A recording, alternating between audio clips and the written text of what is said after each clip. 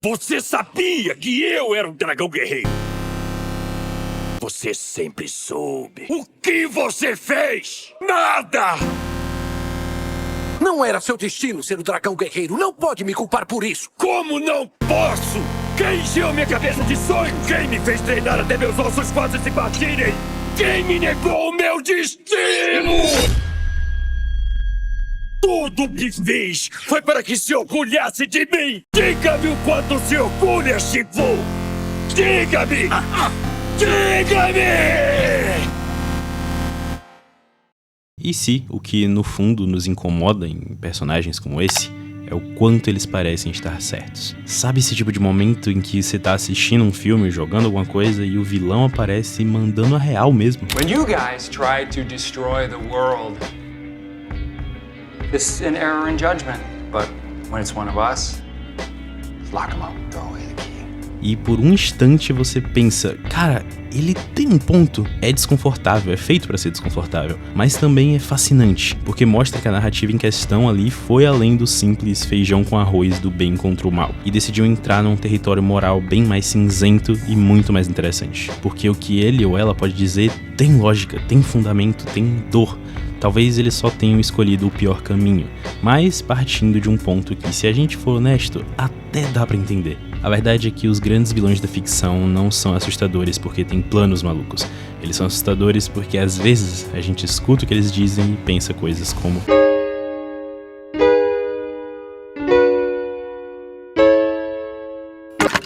na ficção, a figura do vilão muitas vezes é construída para ser o oposto claro e evidente do herói. A maldade contra a bondade, o sombrio contra o claro, a destruição contra a salvação. Mas as obras mais impactantes para mim desmancham essa linha divisória. Quando o antagonista, por exemplo, não busca o puro caos, mas sim uma justiça, ainda que um tipo bem distorcido, o conflito se torna muito mais interessante e muito mais humano. Thanos é um exemplo recente e um exemplo mais perigoso de quando uma lógica tem justificativa, mas não compaixão. Ele quer salvar o universo da escassez, do colapso, mas ao custo de metade de toda a vida nele. O problema não é o que ele quer impedir, é como ele decide agir, porque a empatia nunca fez parte do plano dele. E quando você tenta salvar o mundo como se estivesse arrancando ervas daninhas, você meio que perde o direito de ser chamado de herói. Ainda na Marvel, Magneto é o puro trauma transformado em ideologia. Sobrevivente do Holocausto, ele carrega na pele a marca do que o preconceito humano pode fazer. Ele não acredita mais em convivência pacífica, e sim ele acredita em defesa preventiva,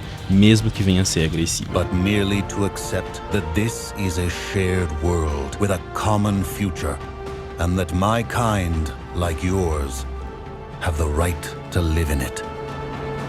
I am trying to be better. Please. Do not make me let you down. Eu me aprofundei mais nesse assunto nesse vídeo aqui do canal, mas basicamente, o contraste entre Magneto e Xavier é o que dá alma aos X-Men pra mim. Porque no fundo, Magneto também quer proteger os seus, só que onde Xavier prega integração, ele prega separação, revolução. E a verdade é que tem momentos que eu assisto e penso, pô, depois de tudo que ele viu, ele realmente tá errado? O que todos esses personagens têm em comum? Eles têm dor, têm ideias, têm motivos. Eles não são apenas obstáculos pro herói, eles são espelhos distorcidos do que o herói poderia ter sido ou poderia fazer. E é por isso que eles ficam com a gente. Porque ao contrário de vilões caricatos ou coisa do tipo, esses antagonistas fazem a gente se perguntar coisas do tipo: se eu tivesse nascido no lugar deles, na pele deles, será que eu teria feito diferente? Killmonger é um dos maiores exemplos contemporâneos de vilões com causa, de certa forma, justa. Ele não quer, tipo, por exemplo, dominar o mundo por ego, ele quer romper séculos de opressão racial e desigualdade histórica. A dor dele é real, e a sua revolta nasce da exclusão e do abandono. Interpretado de uma maneira incrível pelo Michael B. Jordan, o Killmonger em Pantera Negra é muito mais do que um vilão de filme de super-herói. Ele se mostra, na verdade, o catalisador de transformação de toda a estrutura política e filosófica do país de Wakanda. Killmonger é o tipo de antagonista que não tá errado em sua dor, apenas nos métodos que usa pra lidar com ela. Killmonger não é só tipo um produto de um sistema racista, ele é a cicatriz viva de uma omissão. Wakanda, com toda a sua tecnologia e poder, escolheu se esconder do mundo, querendo ou não. Enquanto isso, jovens como o próprio Killmonger cresciam nos guetos, vítimas da desigualdade, da violência, do abandono. Aqueles de Wakanda poderiam ter feito algo, mas não fizeram.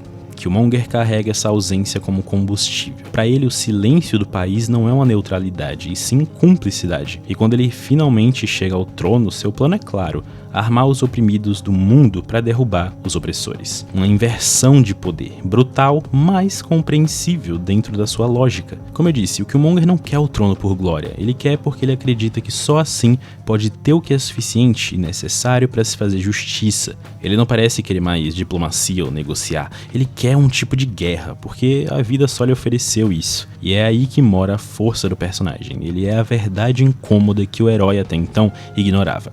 O rei T'Challa é um personagem mais nobre, contido e tradicional. Killmonger, por sua vez, é furioso e impulsivo. Mas os dois são, em essência, herdeiros do mesmo legado.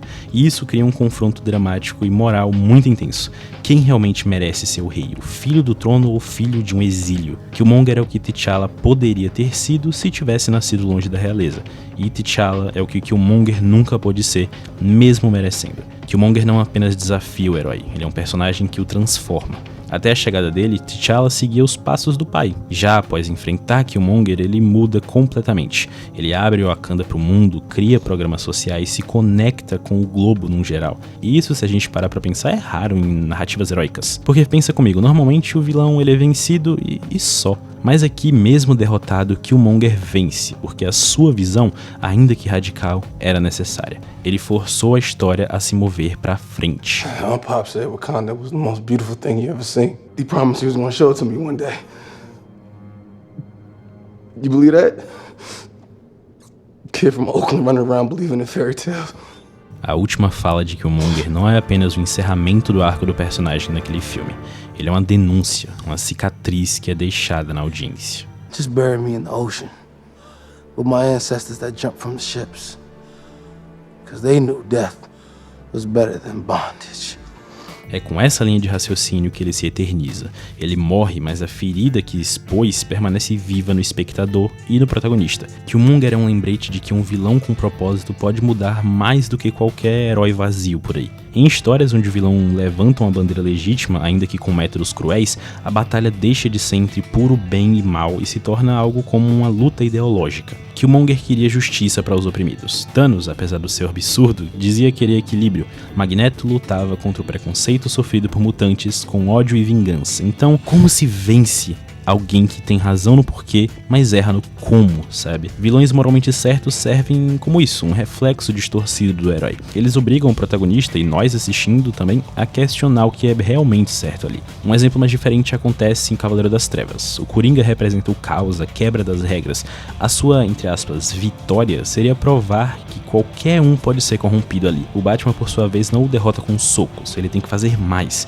Ele se recusa a matar, mesmo tendo todos os motivos para isso. A sua vitória ali está em preservar o que ele acredita, mesmo estando em desvantagem. Um exemplo mais recente, por causa da nova temporada da série, tá em The Last of Us Parte 2, que, sem dar maiores spoilers, o vilão da história depende de quem tá contando ela. Abby é a antagonista de Ellie, mas com uma dor tão válida quanto a da protagonista, se a gente parar pra pensar. O jogo brilha em mostrar que a vingança por si só não dá uma catarse satisfatória, só perpetua mais dor. O conflito não se resolve, ele só consome aqueles envolvidos. Obras desse tipo trazem reflexões como: será que o herói que eu tô acompanhando aqui tá realmente certo? E aqui tá o golpe mais profundo desse tipo de narrativa. O vilão tá certo, o herói tá errado ou vice-versa. Histórias assim mudam o centro de gravidade total do roteiro. Em vez de seguir uma linha reta entre herói e vilão, ela desenha um círculo onde ambos se cruzam, se refletem e às vezes até se confundem. Tem um anime e um mangá que eu ainda quero consumir inteiro, que é Monster, onde o protagonista salva a vida de um garoto no início que cresce e vira um serial killer. O então herói da história vive atormentado pela ideia de que fez a coisa certa,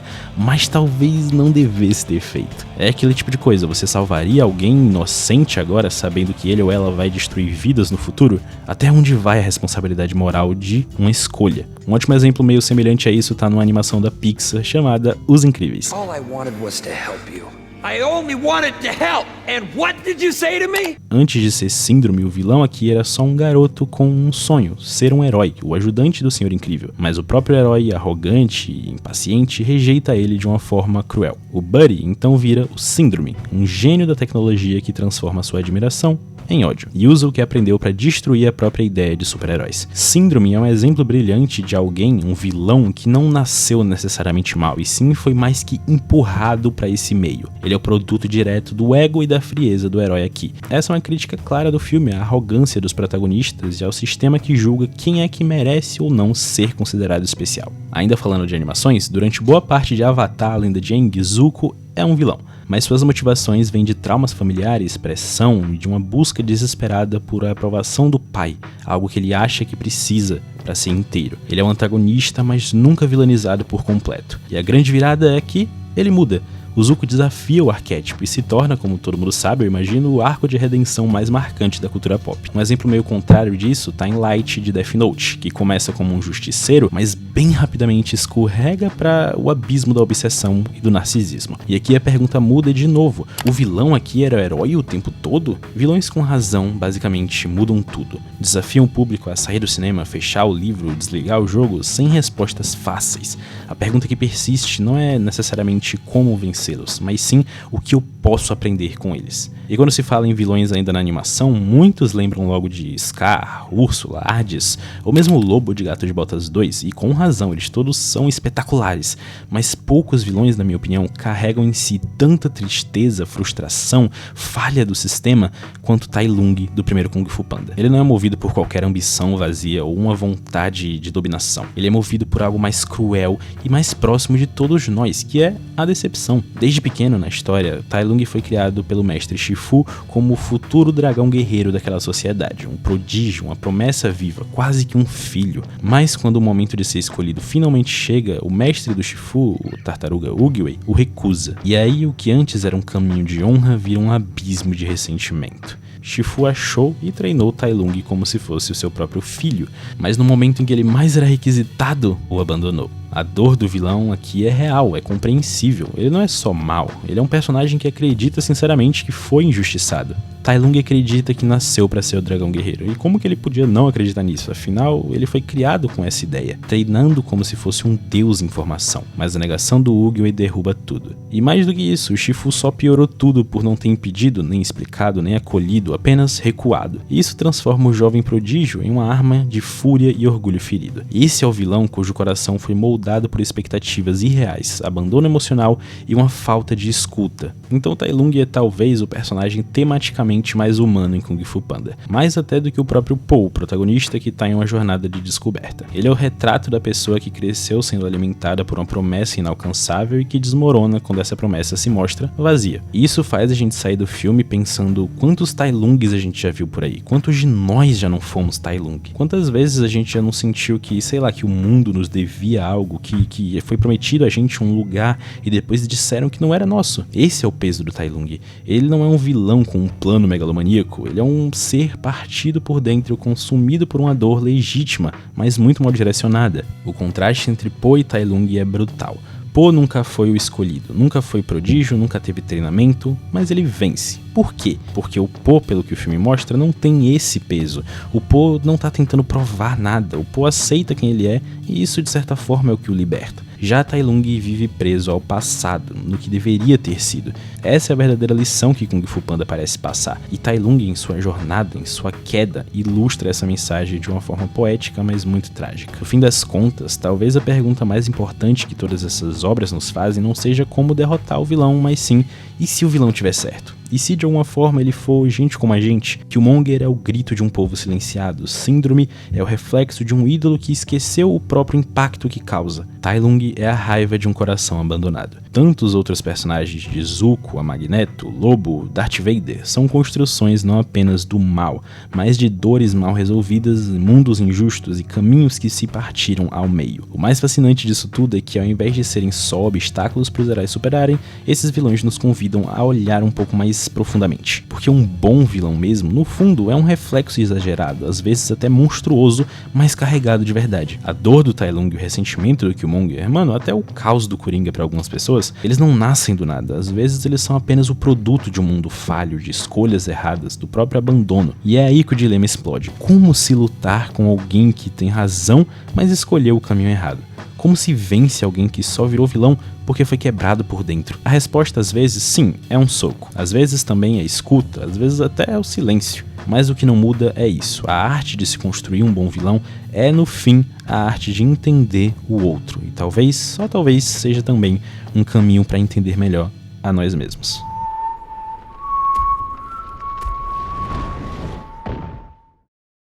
Oi, meu nome é Pedro, esse foi mais um vídeo do Página 42. E aí, quem foi o vilão que mais mexeu com você, que te fez repensar coisas? Me conta aí nos comentários pra gente continuar essa conversa. Se você curtiu o vídeo, lembra de se inscrever pra fazer parte da comunidade, não perder os próximos vídeos, e compartilhar com alguém que ama esse tipo de reflexão, tanto quanto a gente. Por hoje é só, muito obrigado por ter chegado até aqui, e até a próxima.